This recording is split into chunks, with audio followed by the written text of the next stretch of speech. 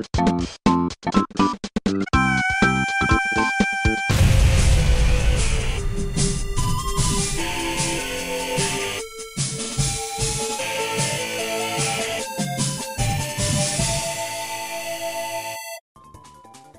people remember Inuyasha? I think a lot of people my age remember the show anyway for being one of the first slightly teen-appropriate things they saw on TV. Light swearing, violence, you know, material for Japanese preschool. It's also got the largest undateable jerk-ass to gigantic phallic object ratio in basically all media. Every time I go to a con, without fail, I see Inuyasha cosplayers, and yet the last video game for this franchise was released in 2007, and that's an outlier. I guess nostalgia never really dies. So let's kill the nostalgia by reviewing every horrible game made for this series. Actually, side note, I have a lot of affection for this franchise, but I'm gonna have to be honest where it counts. Guys, I don't know what it is with this franchise in particular, but their games just...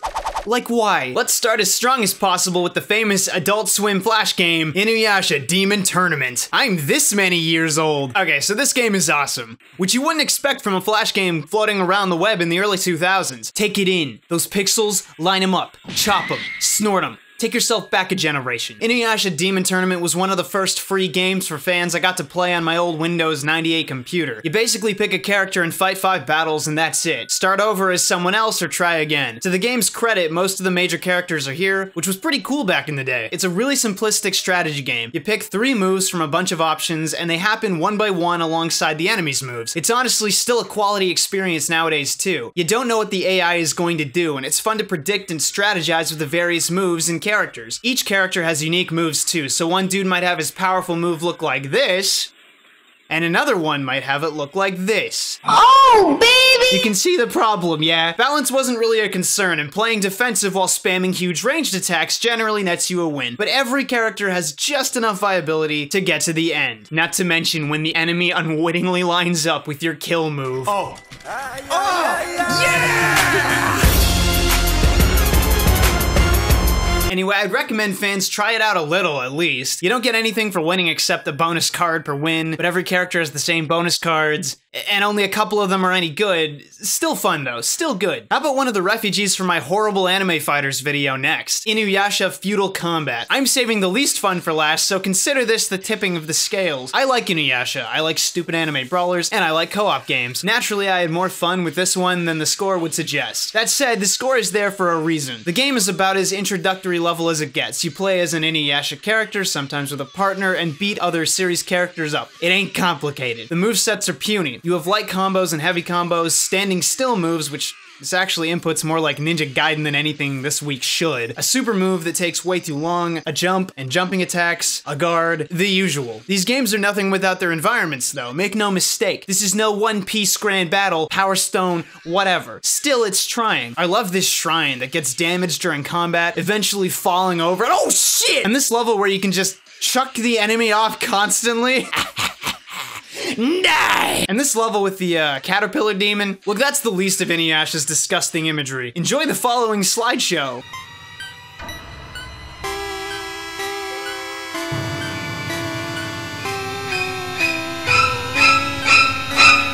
I don't know, they're not perfect. They aren't all super interactive, but they're pretty enough. It's the partner mechanics that make the game somewhat worthwhile. You've got a series of formations you and your partner can take, which really just affect the AI's behavior, but it's neat trying to weave combat and strategically changing what the AI does together. You gotta live for the rare occasion you and your partner actually combo someone.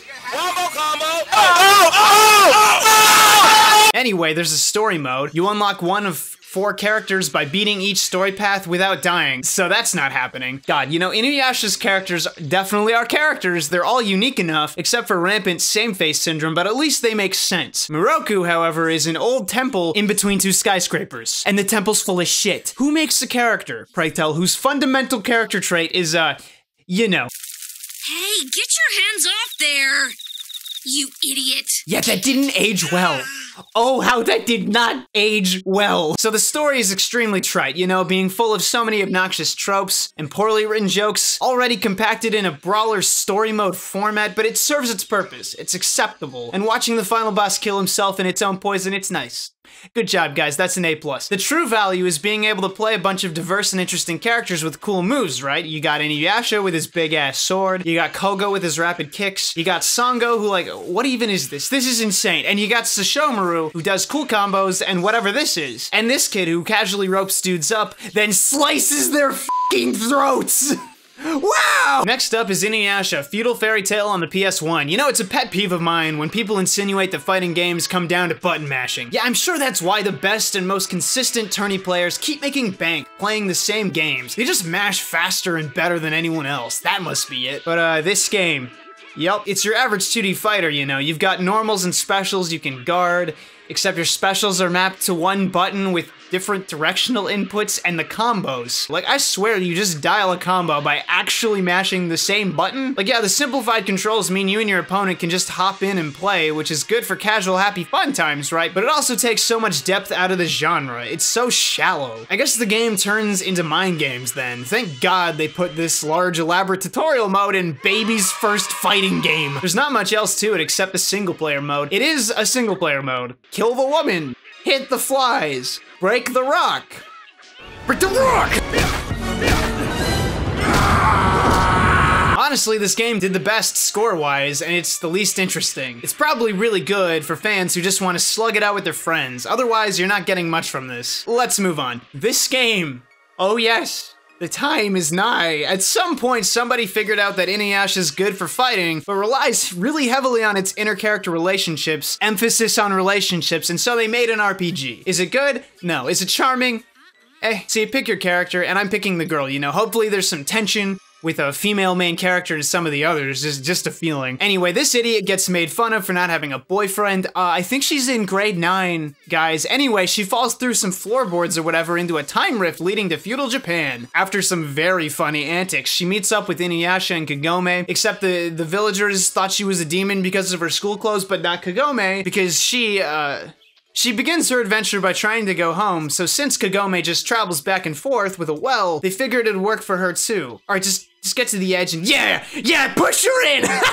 After that fails, they decide, well, I guess you're stuck with us, and they go on a quest to make her useful. An old man teaches her magic or something and she can do this. I can delete JPEGs! I am a god! I have a suspicion that Inuyasha's been on the decline because some of its points of age just so badly. Every time this stupid fox kid's on screen, he's gonna get punched by Inuyasha. Then say ow, then get forced down by Kagome with the magic necklace. It's all very high concept, really highbrow. I don't expect you to understand child-beating jokes. Actually, he's a demon, so he's technically very old. Begone, trash! The battles are typical JRPG fare. You unlock abilities after leveling up and acquire more party members. Cool. But this generic high school girl has no abilities, so she just goes around pushing demons like that's an attack. Dude, your dog demon right there has a sword that's bigger than you. Just hide near a rock or something. The special attacks are mostly what you'd expect. Iron Reaver, Soul Stealer, the like. Dude, bomb the dog! I gotta say, the whole place is pretty. And by pretty, I mean pretty boring. Nothing happens. You're just in Green Place forever, talking to the most generic people while your strange and outlandish party shares extremely unfunny, cringe-inducing dialogue. Seriously, everyone's bitching all the time. Shippo's getting beaten by bigger people again. And Moroku asks a grade 9 student to bear his child. Hey, no disrespect to the creator, you know, I know you've got an illustrious, decades-long career, but knock it off. I don't have the stomach for this shit. It's probably like 20 hours long. On to the next one. Ah yes, A Tale as Old as Time. An Inuyasha game created in 2007, released only in America, only on the DS. What? You play as America Jean. Shut up! In the coming-of-age story nobody asked for, where this girl is forced to move to Japan by her parents. You'll make new friends! This isn't fair! That was only partially edited. They really do transition with an airplane. Jesus. Suddenly you're in a Japanese classroom with your new friend Kagome! But then Inuyasha shows up, so you know trouble's on the way. Something smells like filthy American. I love this. This girl learned Japanese in a plane transition, made friends with the main character, and met that girl's boyfriend in the span of like 2 minutes. Incredible. So you end up going to Kagome's house, temple house, whatever, just nonchalantly, without warning, this massive fucking Oni clobbers you for 7,000 damage and kills you dead. It's amazing. But then the edgelord monk appears in a hail of flames and gives you a purpose, and you go, and it's all very tiring, but you end up in feudal Japan. I'm just sitting here trying to understand who asked for this game. Like, they already had their JRPG with a way more fitting character. Who is this? Janice? Jan is? What is that? And now I have magic robots and I'm beating up centipedes and poo boners. Like, somebody actually saved me from the eternal garbage that is this game. I don't want to hear any of that, oh, this game is actually really good. No, it probably isn't that great, but I'm not sleeping with an Inuyasha body pillow, so I don't care. And I would run, but it's one of those games, like all 5 of them, you know, that each character runs from battle individually in. So actually leave combat, right? Leaving the, you know, defenseless girl drowning in an ocean of feces. Good, I'm glad. I'm glad!